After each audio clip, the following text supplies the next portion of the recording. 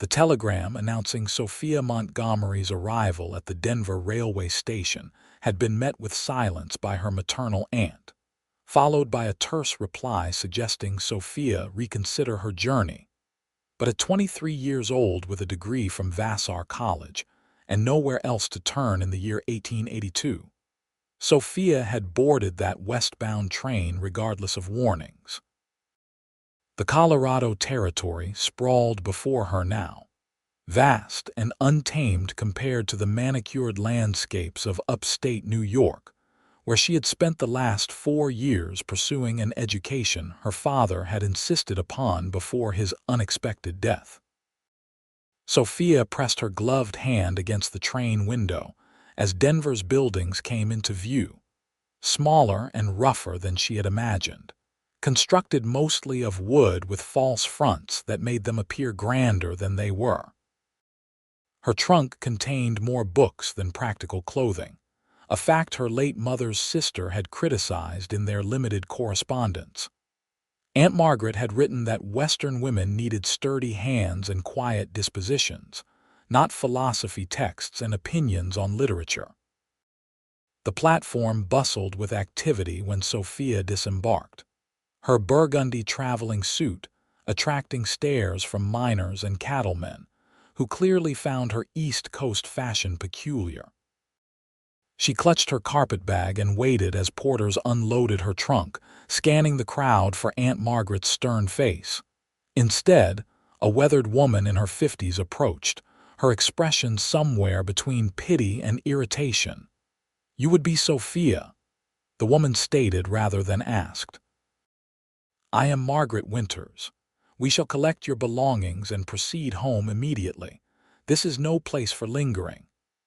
The ride to her aunt's boarding house revealed a Denver struggling between frontier roughness and civilized aspiration.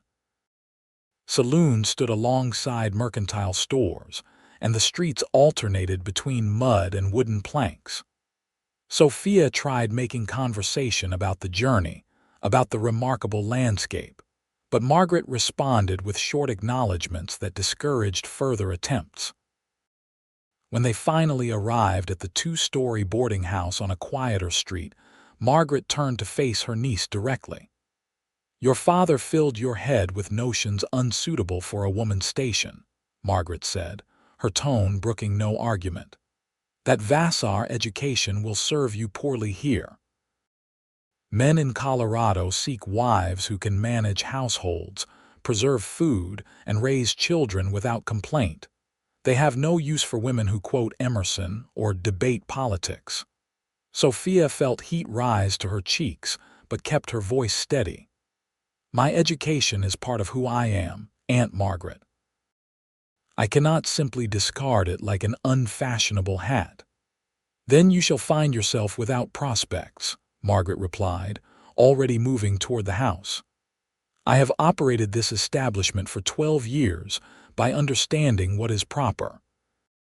You will help with cooking and cleaning to earn your keep while we find you a suitable husband. That degree means nothing west of the Mississippi." The room Margaret provided was small but clean, with a narrow bed and a washstand.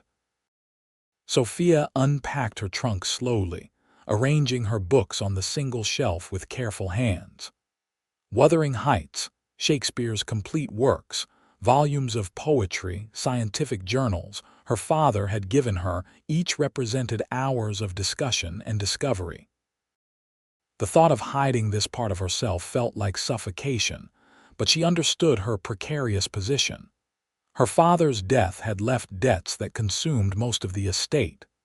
This boarding house represented her only family connection, her only refuge, days blurred into routine. Sophia rose before dawn to help prepare breakfast for the boarders, mostly miners and railroad workers who ate quickly and left without conversation. She scrubbed floors, changed linens, and endured her aunt's criticism of her impractical education. In stolen moments, she read, devouring the books she had brought as though they were water in a desert. Margaret discovered her one afternoon with a volume of Whitman and snatched it away. "This is precisely your problem," Margaret snapped. "Mrs. Henderson's son is visiting next week. He owns a dry goods store and needs a wife. You will present yourself appropriately, no books, no intellectual pretensions. Simply smile and demonstrate domestic capability." The meeting with Thomas Henderson proved as dismal as Sophia anticipated. He was 38, pompous, and spoke exclusively about inventory and profit margins. When Sophia attempted to mention a recent article about railroad expansion she had read in the newspaper, his expression shifted to discomfort. "I prefer women who focus on practical matters," he said stiffly. "My late wife never troubled herself with business or politics. It kept her content." After he left, Margaret delivered a sharp lecture about appropriate feminine behavior. 3 more introductions followed over subsequent weeks, each ending similarly. A banker who actually laughed when Sophia expressed interest in economic theory. A lawyer who stated plainly that educated women made difficult wives. A mine owner who said intelligence in women was like beauty in mules, unnecessary and slightly disturbing. Sophia felt herself shrinking, her confidence eroding with each rejection. She began hiding her reading, speaking less, trying to mold herself into whatever shape these men desired. But something in her resisted complete transformation. Some core her father had nurtured that refused to believe intelligence was shameful.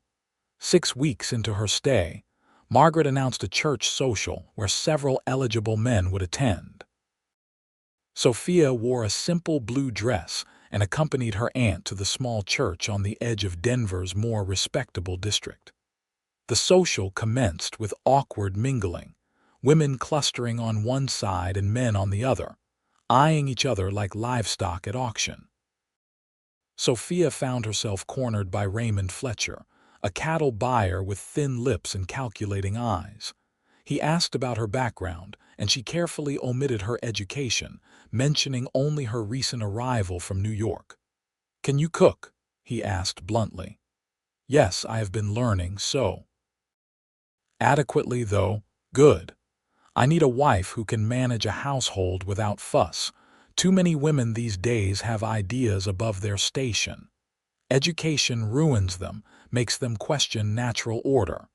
Something in Sophia snapped. Perhaps it was weeks of suppression, or perhaps it was the casual dismissal in his tone, but she heard herself speaking before caution could intervene. "I attended Vassar College," she said clearly. "I studied literature, philosophy, and natural sciences. I can discuss Darwin's theories, the poetry of Emily Dickinson, and the principles of democratic governance. I do not consider this education a detriment, but rather the greatest gift my father provided." The conversations around them quieted. Raymond Fletcher's face reddened. "Then you are precisely the type of woman I avoid," he said loudly enough for others to hear. "Overeducated, opinionated, and unsuitable for marriage.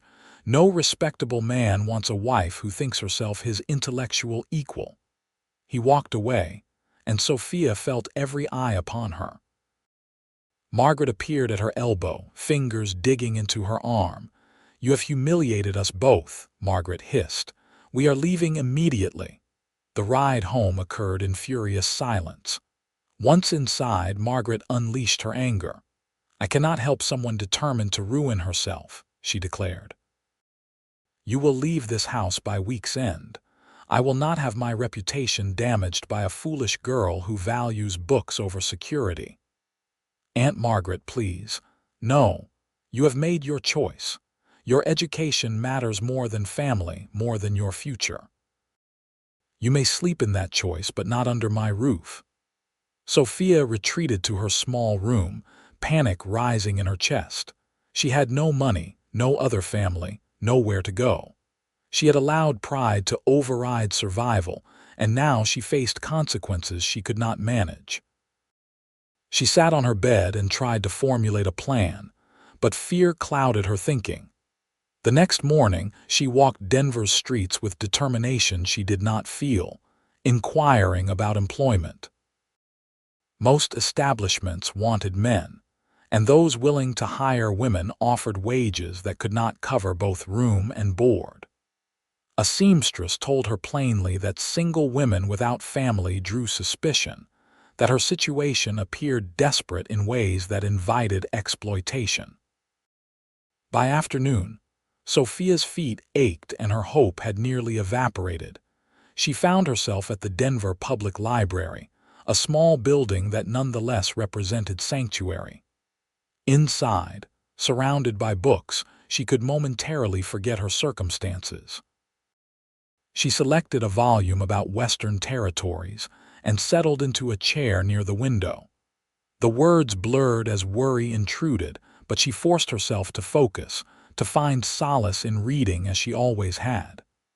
"That is an excellent choice," a voice said. Sophia looked up to find a woman approximately her age regarding her with friendly curiosity. She had warm brown eyes and practical clothing that suggested frontier experience rather than Eastern refinement. "I am Claire Patterson," the woman continued. "I could not help but notice your obvious appreciation for the material. Few people browse the geography section with such intensity." Despite her worry, Sophia felt herself warming to this unexpected friendliness. "Sophia Montgomery, I confess I was seeking distraction as much as knowledge." "Distraction suggests trouble," Claire observed, taking a nearby chair. "I do not mean to pry, but you have the look of someone carrying considerable burden. I recognize it because I wore that same expression when I first arrived in Denver 3 years ago." Perhaps it was Claire's genuine concern, or perhaps Sophia simply needed to speak with someone who did not immediately judge her, but she found herself explaining her situation. Claire listened without interruption, her expression thoughtful. "Your aunt is wrong," Claire said finally. "Education is not a curse, though many here fear it in women. My husband operates a ranch south of Denver, and he employs a tutor for our children precisely because he values learning. Not all Western men are threatened by intelligence." "Your husband sounds exceptional," Sophia said, unable to keep bitterness from her voice. "I have met only men who consider my education a defect." "Then you have met the wrong men," Claire replied firmly. "Tell me, do you ride horses?"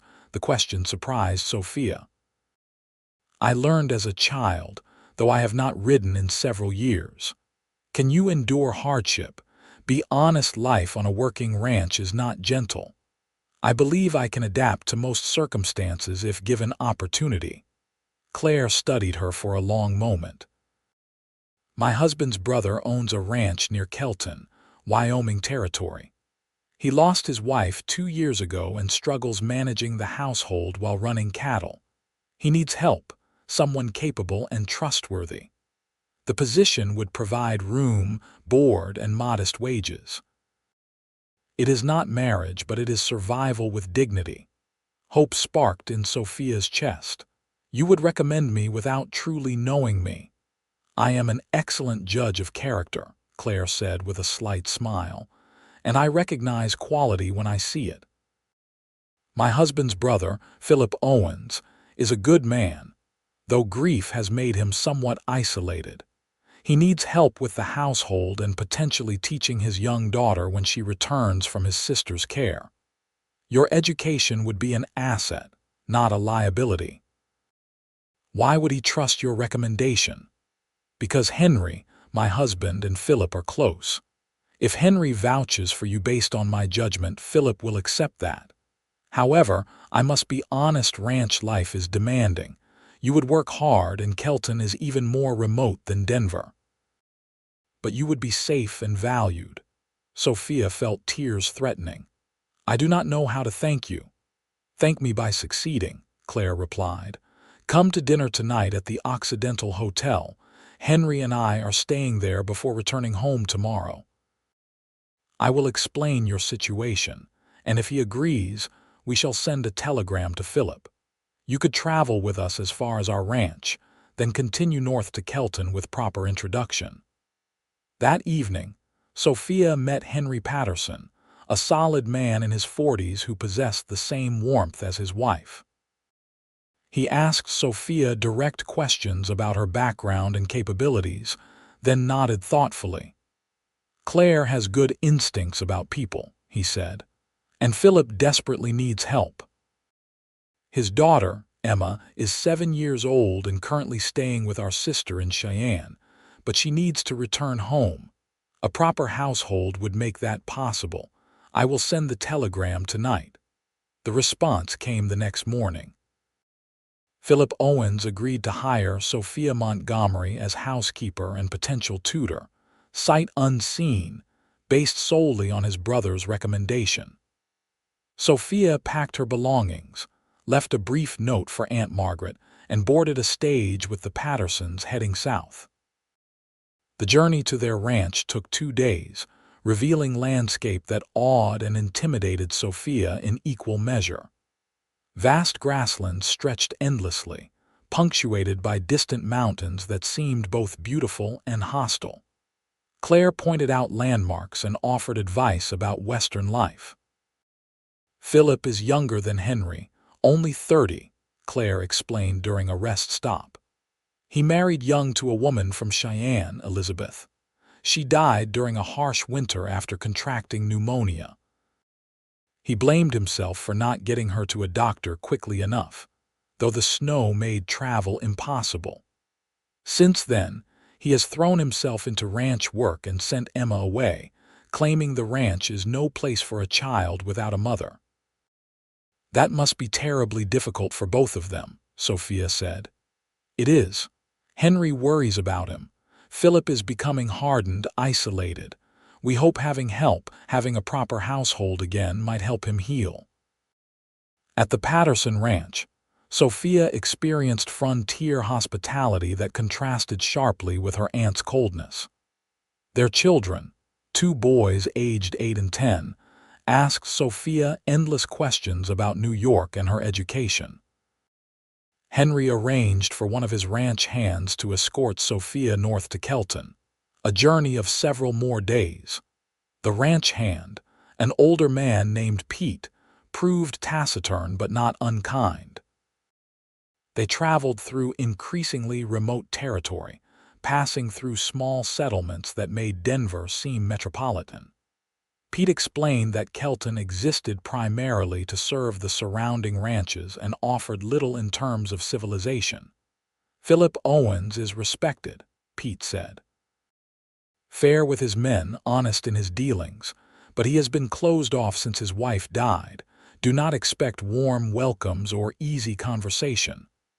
"I understand grief," Sophia replied. "My father died recently. I know how loss changes people." Pete nodded approvingly. "That will help. Just remember, Philip values competence and honesty. Do your work well, speak plainly, and you will earn his respect." They reached the Owens Ranch on a bright afternoon that showcased the property's substantial size. Cattle dotted distant pastures, and the main house, though not elaborate, appeared well maintained. Several outbuildings surrounded a central yard where men worked with horses. As they approached, a man emerged from the barn, wiping his hands on his trousers. Phillip Owens stood approximately 6 feet tall with broad shoulders earned through physical labor.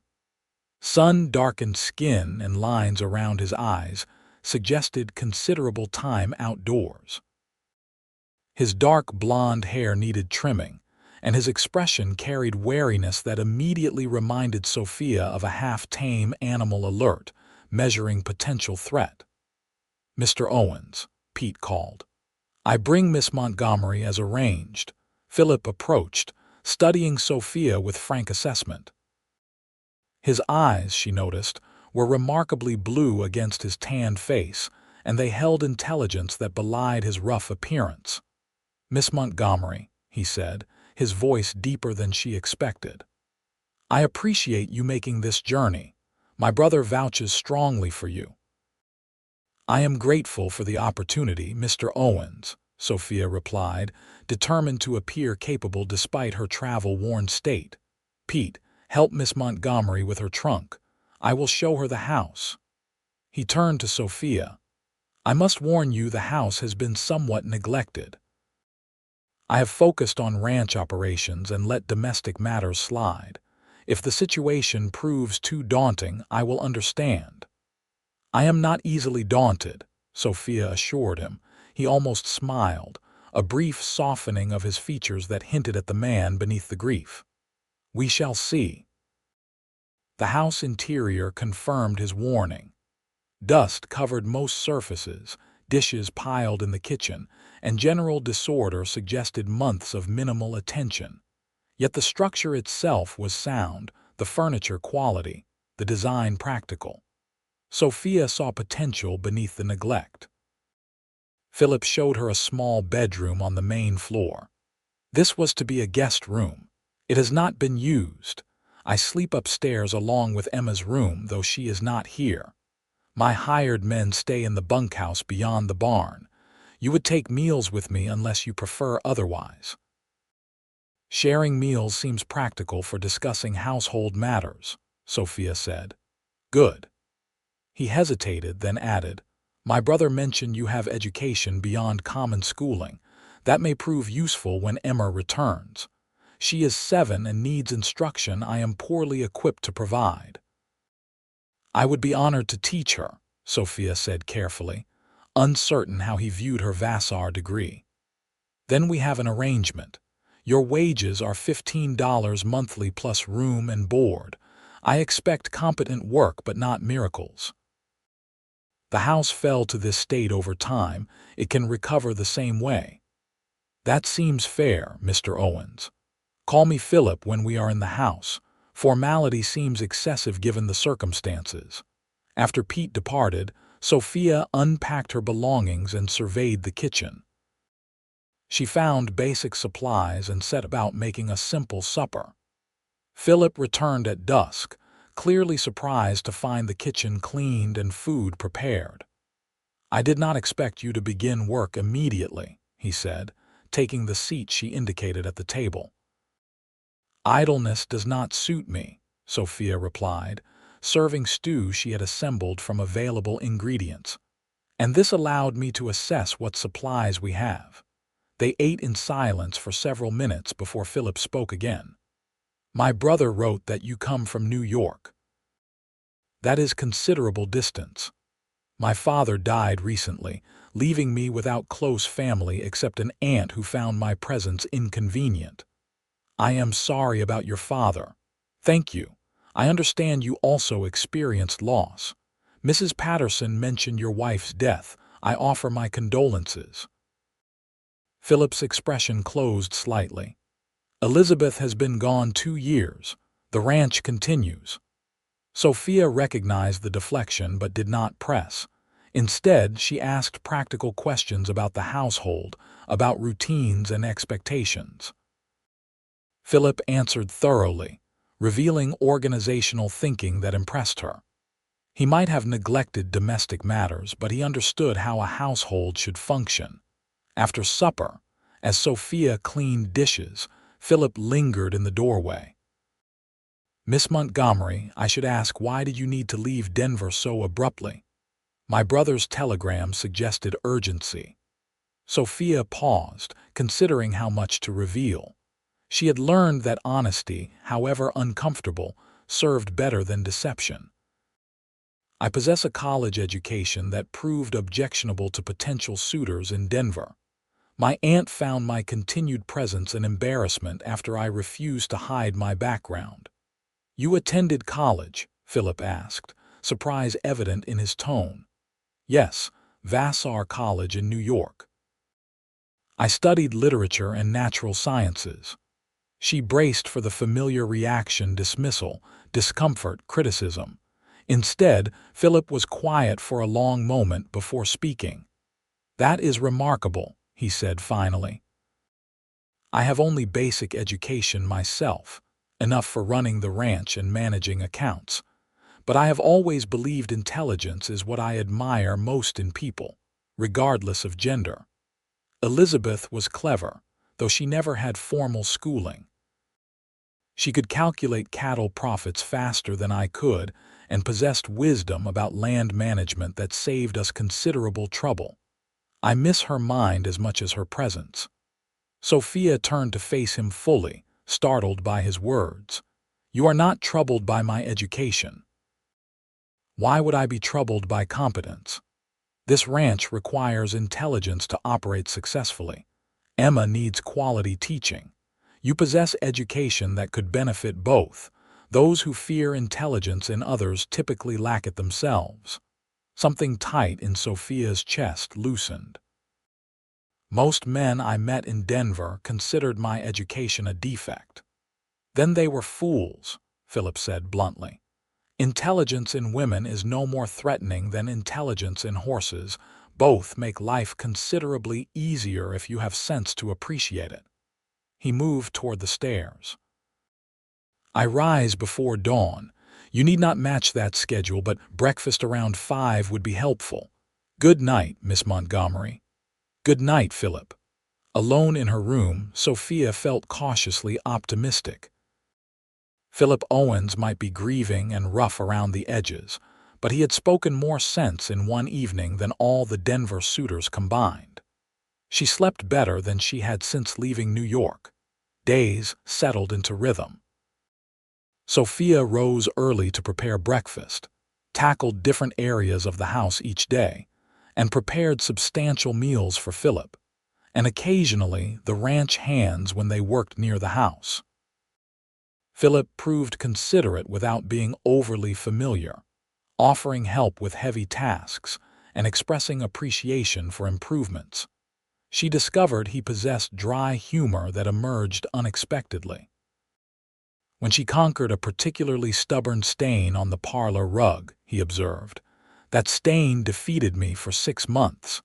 Clearly, education provides advantages in multiple arenas. Sophia found herself smiling more, relaxing into work that felt purposeful. Evenings after supper, Phillip often handled accounts at the kitchen table while Sophia read. Initially, she had hidden her books, but after his comments about admiring intelligence, she left them visible. He noticed one evening picking up her copy of Origin of Species. Darwin, he said thoughtfully. I have heard of this but never read it. Controversial ideas about natural selection. Have you interest in such topics? Sophia asked carefully. I observe cattle breeding, watch how land changes season to season. Darwin's theories make intuitive sense to someone working with animals and environment. Do you find his arguments persuasive? What followed was the first of many evening conversations that Sophia treasured more than she expected. Phillip possessed keen observational intelligence and practical wisdom that complemented her formal education. He asked genuine questions, considered her answers seriously, and shared insights about ranch management that fascinated her. She found herself explaining scientific concepts while he described cattle genetics through practical experience. Their discussions ranged from literature to politics to philosophy, Phillip often prefacing comments with self-deprecation about his limited schooling that Sophia increasingly challenged. Education comes in many forms, she told him one evening. You understand land management, animal behavior, business operations, and human nature. That represents considerable learning, regardless of formal classroom time. You are generous with your assessments, Phillip replied. I am accurate with my assessments, Sophia corrected. You assume education only counts if it occurs in specific institutions. I have met formally educated fools and unschooled wise people. Intelligence is native. Education simply refines it. Phillip regarded her with an expression she could not quite interpret. Elizabeth used to say similar things. She never thought less of her own intelligence despite lacking schooling. I miss conversations with someone who thinks deeply about ideas. Do your ranch hands not provide such conversation? They are good men, but most prefer discussing practical matters exclusively. They think me odd for reading during winter when outdoor work slows. I gave up trying to discuss anything beyond cattle and weather. Sophia understood that loneliness, having felt it acutely in Denver. I am happy to discuss whatever interests you. Such conversations bring me equal pleasure. As weeks passed, Sophia noticed subtle changes in Philip. He smiled more frequently, seemed less burdened. He began mentioning Emma naturally, sharing anecdotes about her curiosity and energy. Sophia learned that Emma loved horses, asked endless questions, and possessed her mother's quick mind. Philip clearly adored his daughter but remained convinced the ranch was unsuitable without proper household structure. Now that the house is properly managed, perhaps Emma could return, Sophia suggested gently one evening. Philip's expression clouded. I sent her away because I could not provide adequate care while managing the ranch. I was failing both responsibilities. But circumstances have changed. You have help now. And separation from her father, however well-intentioned, must be difficult for a child who has already lost her mother. You think me wrong to have sent her away? There was no anger in his question, only genuine inquiry. I think you made the best decision possible under difficult circumstances, Sophia said carefully. I also think circumstances have improved sufficiently to reconsider. But that is not my decision to make. Philip was quiet for some time. I will consider it, he said finally. The following week, Philip traveled to Cheyenne, a journey of several days. He left the ranch in his foreman's capable hands and told Sophia he would return by week's end. She used his absence to complete deep cleaning of Emma's room, preparing it for potential occupancy. When Philip returned, he was not alone. Emma Owens burst through the door like bottled sunshine finally released. She had her father's blue eyes and blonde hair in 2 braids, and she chattered constantly, asking questions and exclaiming over everything. Behind her, Philip carried a small trunk, his expression mixing joy and apprehension. Emma, this is Miss Montgomery, Philip said. She manages the household and will serve as your teacher. Emma studied Sophia with frank curiosity. Papa says you went to college. Did you learn about horses? I want to learn everything about horses. Sophia knelt to Emma's level. I learned many things, though my horse knowledge is limited. However, I am excellent at finding information. Perhaps we can study horses together. Can we start now? Emma asked eagerly. After you settle in, Sophia said, warming immediately to the child's enthusiasm. Your room is prepared upstairs. As Emma thundered up the stairs, Philip met Sophia's eyes. Thank you, he said quietly, for suggesting this. I do not know why I allowed fear to override sense for so long. Fear after loss is understandable, Sophia replied. What matters is you corrected course. Emma's presence transformed the household. Her energy filled spaces that had been too quiet, and her constant questions kept both adults engaged. Sophia began structured lessons in the mornings, covering reading, arithmetic, and geography. Emma proved a quick student, absorbing information rapidly and making connections that impressed Sophia. Afternoons, Emma often worked alongside her father, learning ranch operations with the same enthusiasm she brought to formal lessons. Evenings acquired new patterns. After supper, the 3 of them would remain at the table, Emma describing her day's discoveries, while Philip and Sophia listened with shared amusement. Then, Emma would practice her reading while Sophia cleaned dishes and Philip completed paperwork. Before bed, Philip would take Emma upstairs, and Sophia could hear him reading to her, his deep voice gentle in ways she had not previously witnessed. One evening, Emma appeared in the kitchen doorway after her father had said good night. "Miss Montgomery, do you like my papa?" Sophia paused in her dishwashing. "Of course I do. He is a good employer and a kind man. But do you like him like Mama liked him?" The question caught Sophia completely off guard. "Emma, I work for your father."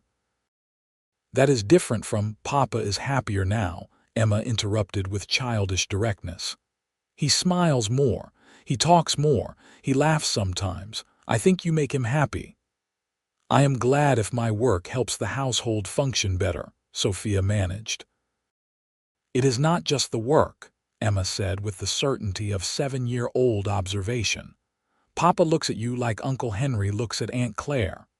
"Emma," Philip's voice called from upstairs, "you should be in bed." Emma grinned and scampered away, leaving Sophia with thoughts she had been carefully not examining. She had grown comfortable here, even content. She enjoyed her work, treasured her conversations with Philip, delighted in teaching Emma. But she had deliberately not considered whether her feelings for Philip exceeded appropriate bounds.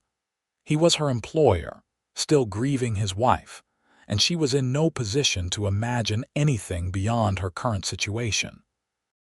Yet Emma's observation unsettled her precisely because it reflected something Sophia had noticed without acknowledging.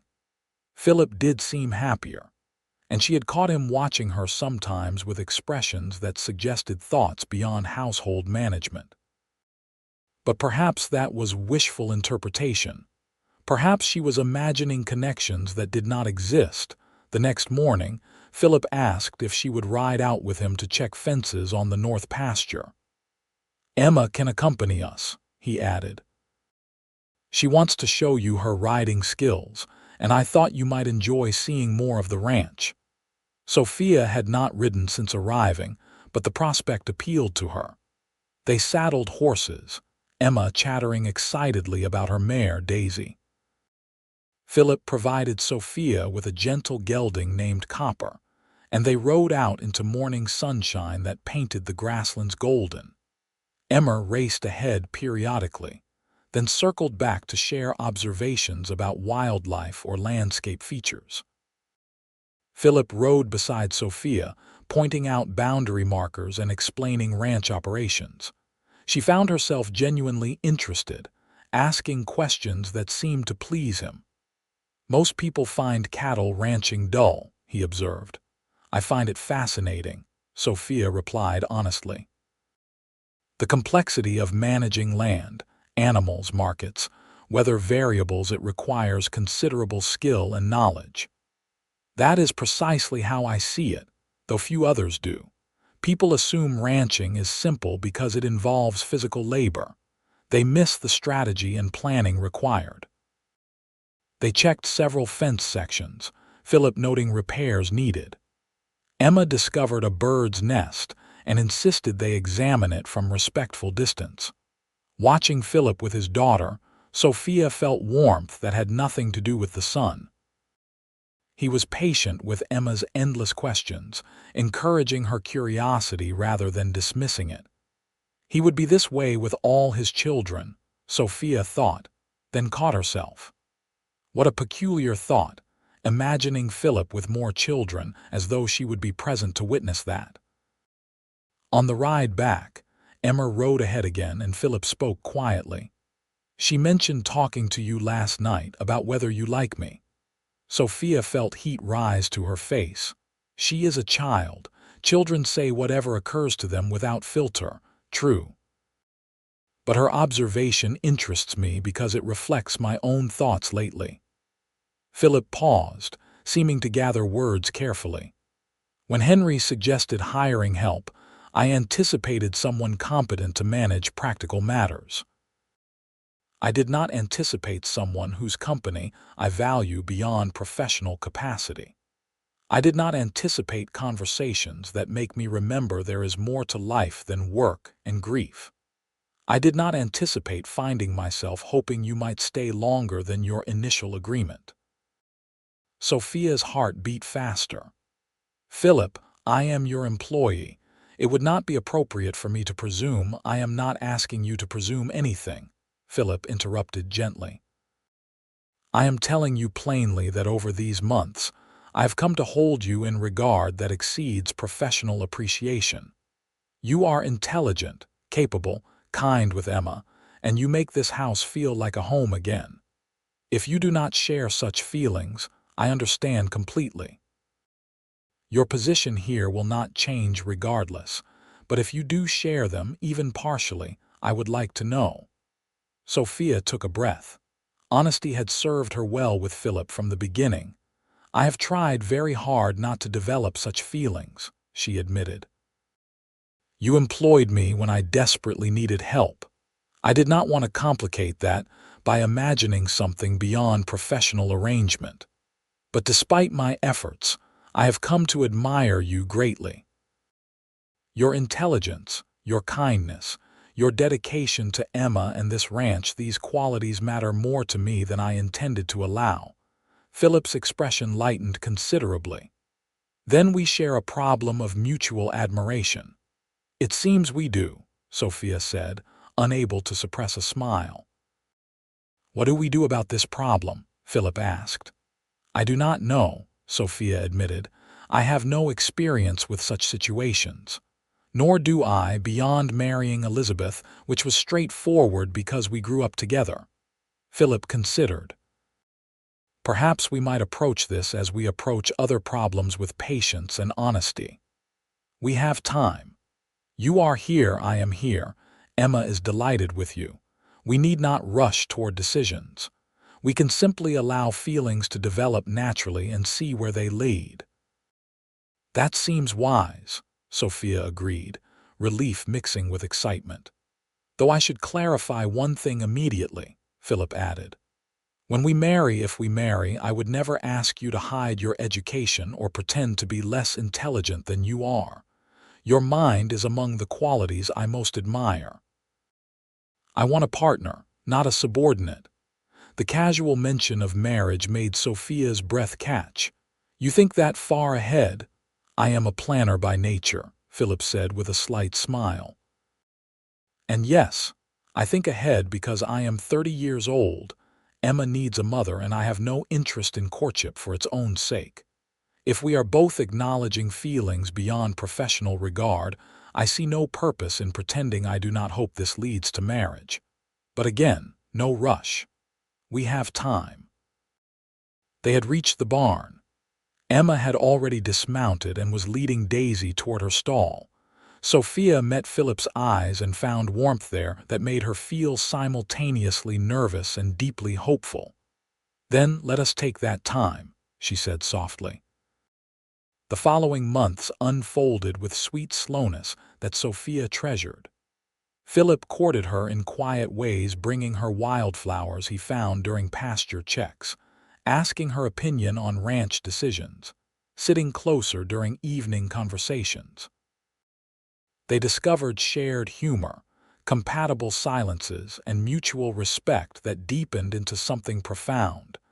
Emma noticed the shift immediately and declared herself entirely in favor.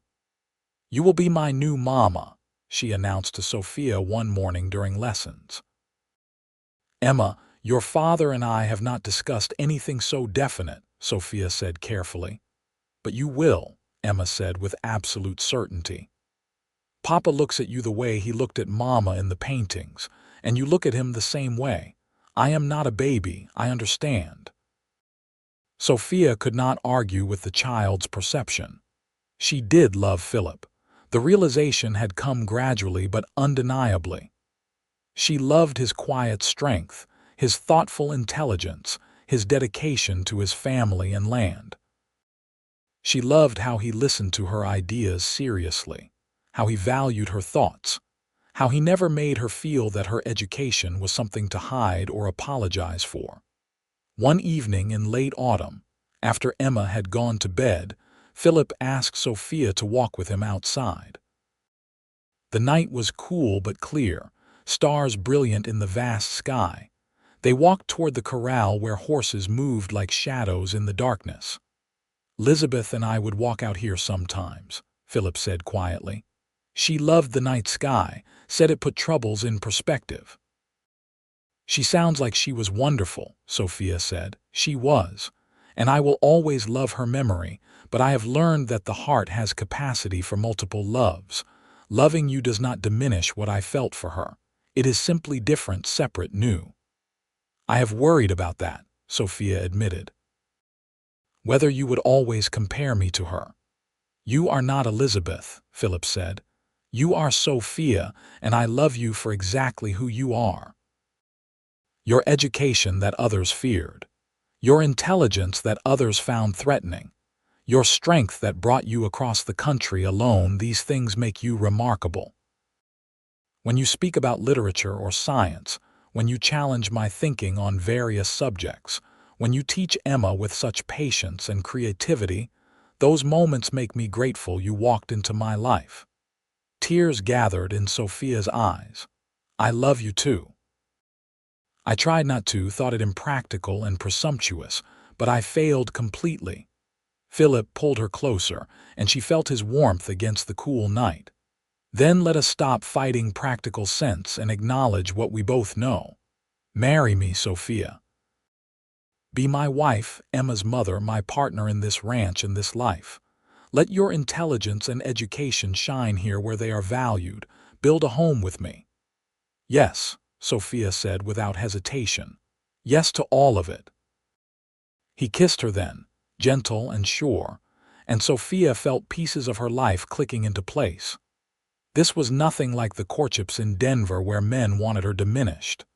This was partnership, respect, love built on genuine foundation. They married in Kelton's small church, 6 weeks later on a bright December morning. Henry and Claire Patterson traveled north for the ceremony, bringing their children and offering enthusiastic support. Emma served as flower girl and took her responsibilities with utmost seriousness. The ceremony was simple, but Sophia felt joy that eclipsed any elaborate society wedding she might have imagined in her previous life. The ranch became truly home after that. Sophia divided her time between household management, teaching Emma, and increasingly, participating in ranch operations. Phillip valued her mathematical skills for accounting and her analytical thinking for planning. They became true partners in the enterprise, discussing decisions together, each respecting the other's expertise. Emma flourished under their combined attention. She continued her studies with enthusiasm, developing particular passion for natural sciences that delighted both her parents. Phillip built her a small laboratory space in one of the outbuildings where she could examine specimens and conduct simple experiments under Sophia's guidance. Their first child arrived in late autumn the following year, a son they named Peter after Sophia's father. Phillip proved as devoted to his infant son as he was to Emma, and watching him with both children made Sophia fall in love with him repeatedly. Their household grew to include a second son, then a daughter, spacing arrival over several years. Sophia never stopped learning or teaching. She established a small school on the ranch, teaching not only her own children but also the children of ranch hands and neighboring families. Phillip supported this completely, even building a dedicated schoolhouse and purchasing supplies. The school became a point of pride for the community, attracting families who valued education for their children. Years passed with the rhythm of ranch life, busy springs with calving and planting, intense summers with cattle management, productive autumns with harvest and preparation, quieter winters with maintenance and planning. Sophia maintained correspondence with Claire Patterson, whose friendship had literally saved her life that day in Denver's library. They visited annually, children playing together while the adults shared news and laughter. Emma grew into a remarkable young woman, attending university herself with her parents' enthusiastic support. She studied veterinary medicine, still passionate about animals and science, determined to return and improve cattle management through modern techniques. Phillip beamed with pride at her ambition, never once suggesting that such education was inappropriate for a woman. During one of Emma's visits home from university, she sat with Sophia in the kitchen, helping prepare supper while they talked. Emma was 19 now, confident and articulate, very much her parents' daughter. "I have been thinking about how my life might have been different," Emma said, peeling potatoes with practiced efficiency. "If you had not come to us, I mean. Papa might have stayed locked in his grief. I might have grown up without proper education. This school you built would not exist. So many things would be changed." "Your father would have found his way eventually," Sophia said. "He is strong, perhaps, but it would have been much harder and taken much longer. You saved us, Sophia." "You know that, do you not?" Sophia paused in her work. "I think we saved each other. I was equally lost when I arrived here.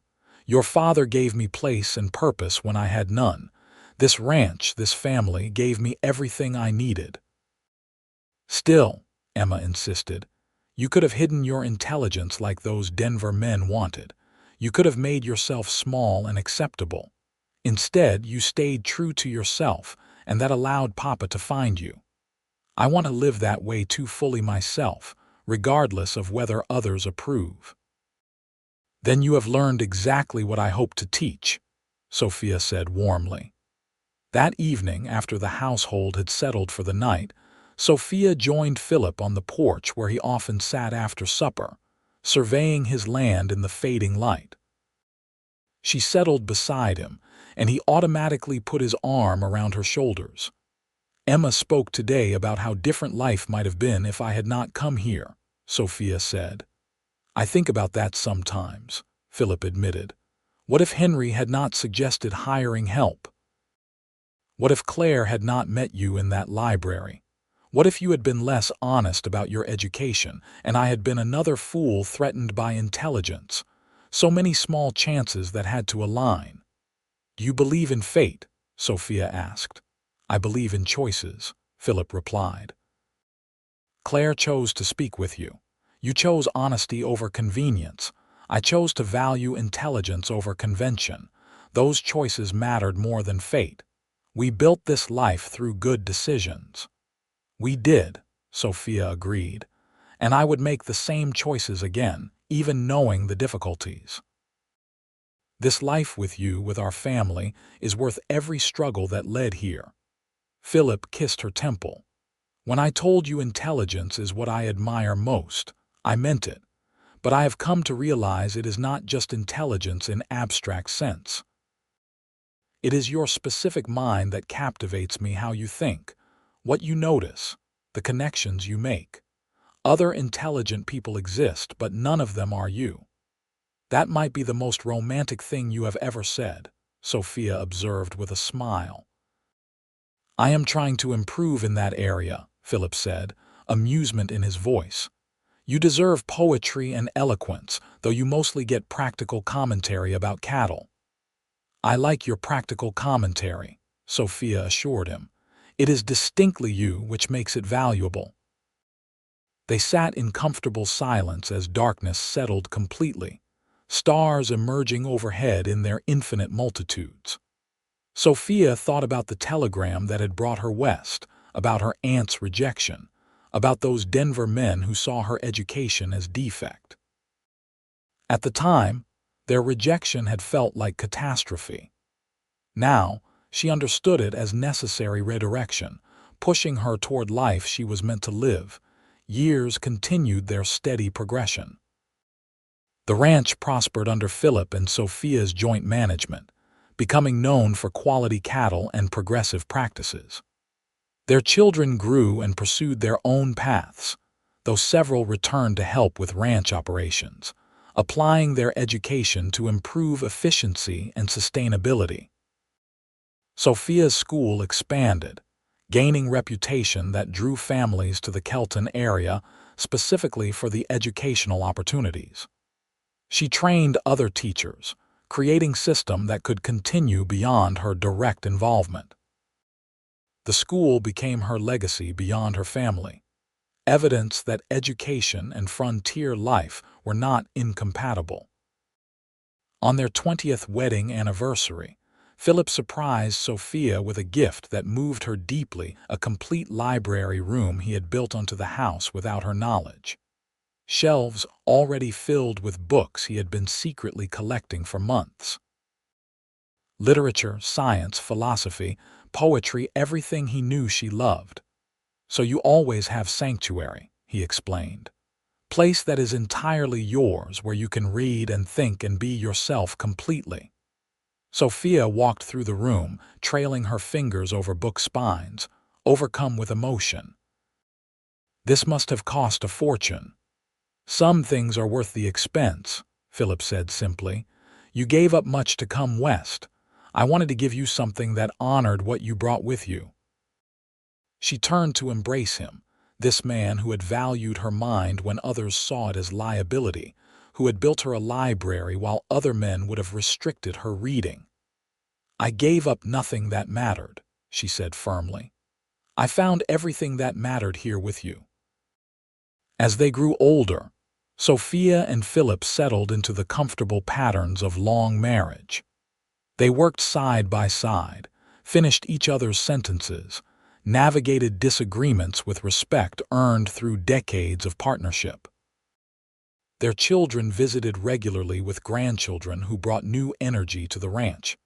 Emma, now an established veterinarian, married a fellow scientist and settled nearby, running a practice that served the entire region.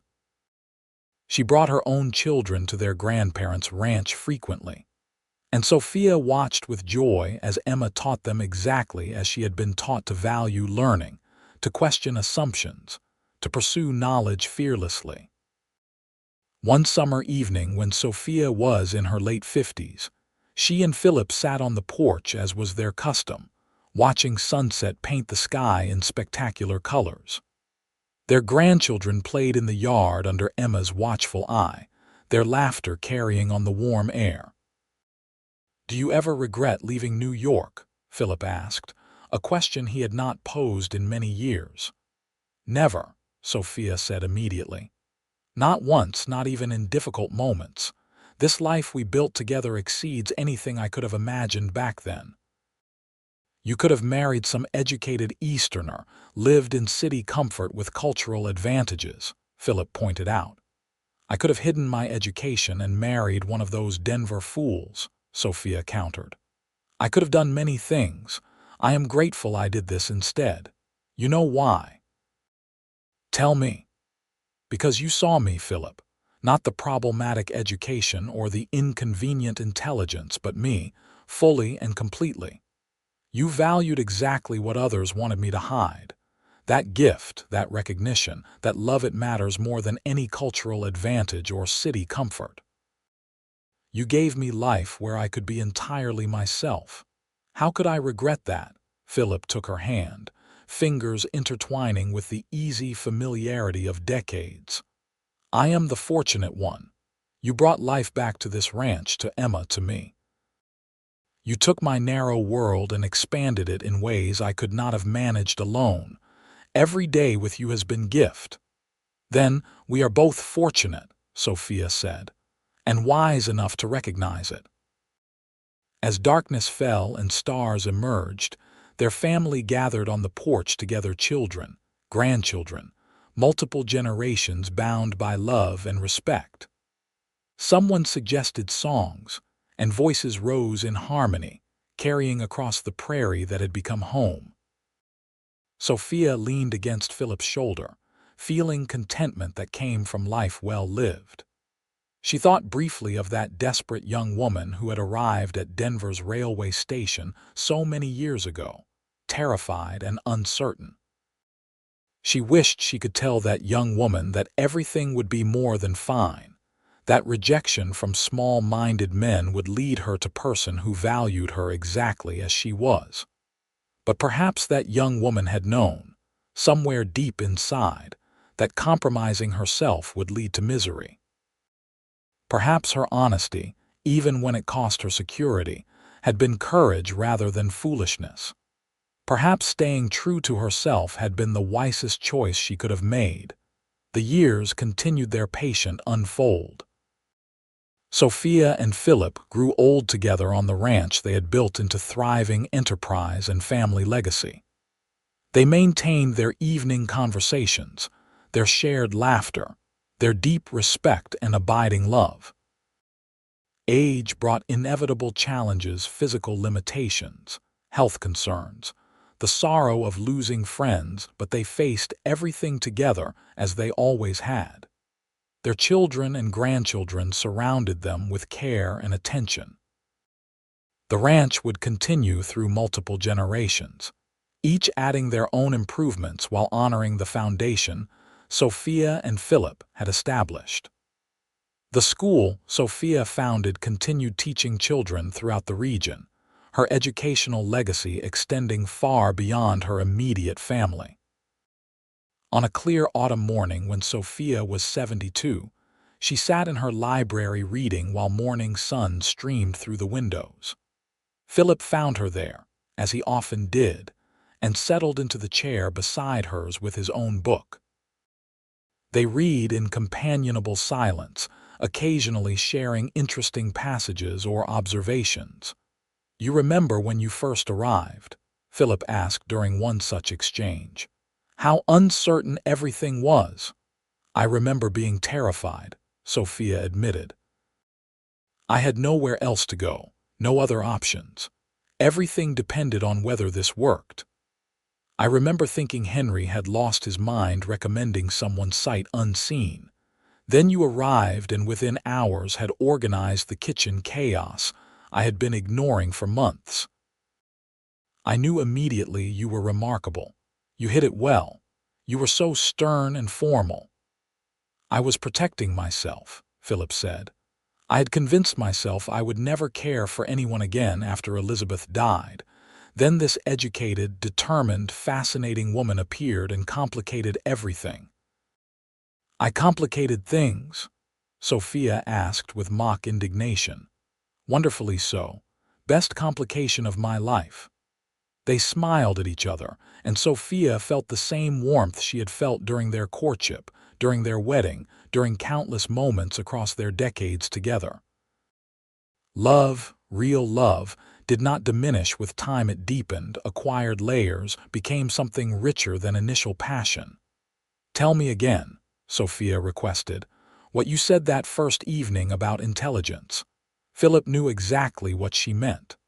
"I said intelligence is what I admire most. I meant it then and I mean it now. Your brilliant mind remains my favorite thing about you, though there is considerable competition from your kindness, your strength, your terrible singing voice." "I do not have a terrible singing voice," Sophia protested, laughing. "You absolutely do," Philip countered affectionately. "But I love it anyway because it is yours." They returned to their reading, but Sophia found herself reflecting rather than focusing on words before her. She had been rejected for her education, dismissed and belittled by men who felt threatened by female intelligence. That rejection had devastated her at the time, felt like judgment on her fundamental worth. Now she understood those rejections as blessings, as necessary clearing of wrong paths so she could find the right one. Every Denver suitor who had dismissed her had inadvertently guided her toward Philip, toward this life, toward family and purpose and love that honored all of who she was. The rancher had said intelligence is what I admire most, and he had meant it. He had proven it through decades of partnership, through building her a library, through encouraging their children's education, through valuing her thoughts and respecting her mind. His love had never required her diminishment, had never asked her to be less than she was. That, Sophia thought, was the definition of true love: recognition and celebration of the beloved's complete self. Not trying to reshape them into more convenient form, but treasuring exactly who they were, complexity and intelligence and difficult corners included. More years passed. each one precious. Sophia and Philip celebrated their 50th wedding anniversary surrounded by enormous family gathering. Children, grandchildren, great-grandchildren filled the ranch house to overflowing. Emma gave a speech describing how her stepmother had transformed their family, had brought education and love and laughter back into house that had been too quiet. Sophia never pretended to be anything other than fully herself, Emma said, her voice carrying emotion. She taught me that intelligence is nothing to hide, that education is a gift to celebrate. She showed me that the right person will love you for your strengths, not despite them. That lesson shaped my entire life, and I am passing it to my children and grandchildren. This is her legacy, generations who refuse to diminish themselves for others' comfort. The gathered family applauded, and Sophia found herself crying happy tears while Philip held her hand. This, she thought, this was success beyond any measure she had imagined as that desperate young woman in Denver. Not wealth or status or societal approval, but family who loved fiercely and supported unconditionally, who valued education and intelligence and authenticity. As evening fell and guests began departing, Sophia and Philip retreated to their familiar porch spot. The ranch spread before them in the gathering darkness, land they had worked and loved and passed to future generations. Lights glowed from various buildings, representing children and grandchildren staying overnight. 50 years, Sophia marveled. It passed so quickly. And yet we fit entire lifetimes into those years, Philip observed. We built something lasting, Sophia. Not just children and ranch, but way of living that honors intelligence and authenticity. That matters. We built it together, Sophia corrected. I could not have done any of this without you valuing who I was. I could not have done it without you being who you are, Philip replied. We were remarkably fortunate to find each other. Yes, Sophia agreed simply. We were. They sat together as stars emerged overhead, the same stars that had witnessed their courtship, their wedding, their decades of partnership. The prairie wind carried familiar scents of grass and cattle and home. Somewhere in the house, a grandchild laughed, and the sound floated out into the night like promise of continuation. Sophia thought about that young woman on the train from New York, carrying books and uncertainty in equal measure. She wanted to tell her that intelligence would prove to be asset rather than liability, that rejection from wrong people would guide her to right person, that the frontier held possibilities Eastern society could not offer. She wanted to assure her that staying true to herself would lead to happiness beyond her anxious imaginings. But that young woman had possessed courage she herself had not fully recognized. She had refused to hide her education even when doing so would have been easier. She had spoken honestly when dishonesty might have provided security. She had trusted that somewhere, someone would value her completely, and she had been right. Philip stirred beside her. You are thinking deeply about something, I can always tell. I am thinking about courage, Sophia said. About how we often do not recognize our bravest moments until much later. I thought I was being foolish in Denver, stubborn and impractical. Now I understand I was being true to myself in ways that mattered profoundly. You were extraordinarily brave, Philip said firmly. Crossing the country alone, refusing to compromise your values, building new life when everything had fallen apart, all of that required courage. I recognized it immediately, though I did not articulate it well. You articulated it perfectly by valuing what others dismissed, Sophia said. You gave me space to be myself completely. That was the greatest gift. As they prepared for bed that night, Sophia paused in her library, running her hand along book spines in the darkness.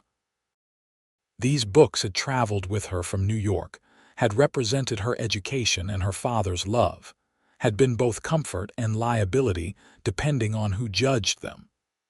Now they simply were part of her home, accessible to anyone in the family who wanted them, symbols of value placed on learning. She thought about the generations coming after her, how they would use these books and others, how they would pursue education with confidence she had to fight for. Emma's children and her other grandchildren would grow up knowing their intelligence was celebrated, their education was prized, their authenticity was honored. They would not have to hide their minds to be loved. That knowledge filled Sophia with profound satisfaction. The struggles she had faced, the rejection she had endured, the courage required to stay true to herself, all of it had contributed to creating an environment where future generations would not face the same battles. She had helped transform small corner of the frontier into a place where intelligence was admired rather than feared, where education was accessible rather than restricted, where women could pursue learning without apology. In bed beside Phillip, she spoke into the darkness. "Thank you for building life with me where I could be fully myself. Thank you for admiring my intelligence rather than fearing it. Thank you for 50 years of partnership and love." "Thank you for choosing me," Phillip replied, "for seeing past grief and isolation to person underneath, for bringing light back into this house and this life, for being exact person I needed even when I did not know I needed anyone." They fell asleep as they had for 50 years, hand in hand, partners in all things. The remaining years passed with gentle sweetness. Sophia and Phillip grew old with grace, supported by devoted family and surrounded by love. Their minds remained sharp even as their bodies weakened, and they continued their cherished conversations nearly until the end. Phillip passed first, peacefully in his sleep at 78. Sophia grieved deeply but without regret. They had shared full life, complete partnership, love that honored both of them completely. She missed him profoundly, but she had no wish for different choices or more time. They had used their time well, and that was enough. She lived another 4 years, surrounded by family who cared for her with tenderness and respect. She spent her final years reading, teaching great-grandchildren, and writing detailed family history so future generations would know their origins. She wanted them to understand that their family legacy was built on courage, authenticity, and mutual respect, values worth preserving. On a spring morning when wildflowers dotted the prairie and sunshine filled her library, Sophia passed peacefully, book open on her lap. Her family mourned but celebrated a life well lived, a legacy well established, a love story that had transformed multiple generations. They buried her beside Phillip on a hillside overlooking the ranch they had built together. Emma spoke at the service, telling gathered family about grandmother who had refused to diminish herself, who had valued education above security, who had found love that honored all of who she was. "She taught us that the right person will celebrate your intelligence, not fear it," Emma said. "That true partnership requires mutual respect and recognition of each other's complete selves. That courage sometimes means staying true to yourself even when easier path beckons." These lessons continue through all of us who knew and loved her. The ranch continued through subsequent generations, each adding their contributions while honoring Sophia and Phillip's foundation. The school became institution serving entire region, named Montgomery Owens Academy in recognition of Sophia's educational legacy. Her library was preserved as family treasure, books available to anyone who wanted them, symbol of value placed on learning and intelligence. Years turned to decades, and the story of Sophia and Phillip became family legend. The educated woman rejected in Denver. The rancher who said intelligence is what I admire most.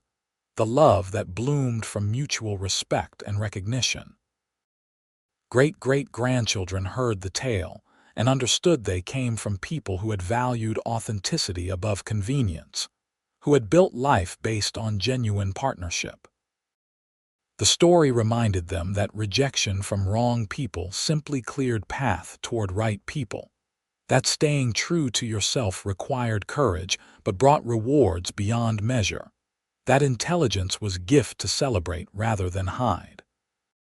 These lessons echoed through generations, shaping how they approached their own lives and loves. On the hillside where Sophia and Philip rested side by side, wildflowers bloomed each spring, painting the grass in colors they both had loved. The ranch spread below, still operating, still thriving, evidence of vision they had shared and foundation they had built. The library still stood, books still accessible, waiting for next reader who needed reminder that intelligence was nothing to fear. And in the hearts of everyone who carried their legacy, the truth remained clear. Real love celebrates the beloved's complete self, honors their intelligence, respects their authenticity, and builds partnership based on mutual recognition of worth. Sophia had been rejected for being too educated, but she had found a rancher who understood that intelligence is what I admire most. That understanding had created a love story that transcended their individual lives, becoming example and inspiration for everyone who came after. The story of their love lived on, not just in family memory, but in values that continued shaping lives and choices. Every time descendant chose authenticity over convenience, pursued education despite obstacles, or sought partnership based on mutual respect rather than societal expectation, Sophia and Philip's legacy continued. Their love story was not just about two people who found each other against odds, but about principles they embodied that remained relevant and powerful across changing times. The prairie wind continued blowing across land they had loved, carrying whispers of their story to anyone who paused to listen. And in that wind, in the continuing ranch, in the generations who valued intelligence and authenticity, Sophia and Philip's love remained alive, testament to courage of being fully yourself and wisdom of loving someone for exactly who they are. Their story proved that rejection from those who do not value you simply makes room for those who will, that intelligence is never liability with right person, that true partnership celebrates rather than diminishes, that love built on mutual respect and recognition endures beyond individual lifetimes into lasting legacy. And so their love story ended not with death but with continuation, living on through children and grandchildren and great-grandchildren who carried forward the values they had embodied. The educated woman and the rancher who admired intelligence created ripples that extended far beyond their own lives, proving that some love stories are powerful enough to transform not just two hearts but entire generations to come.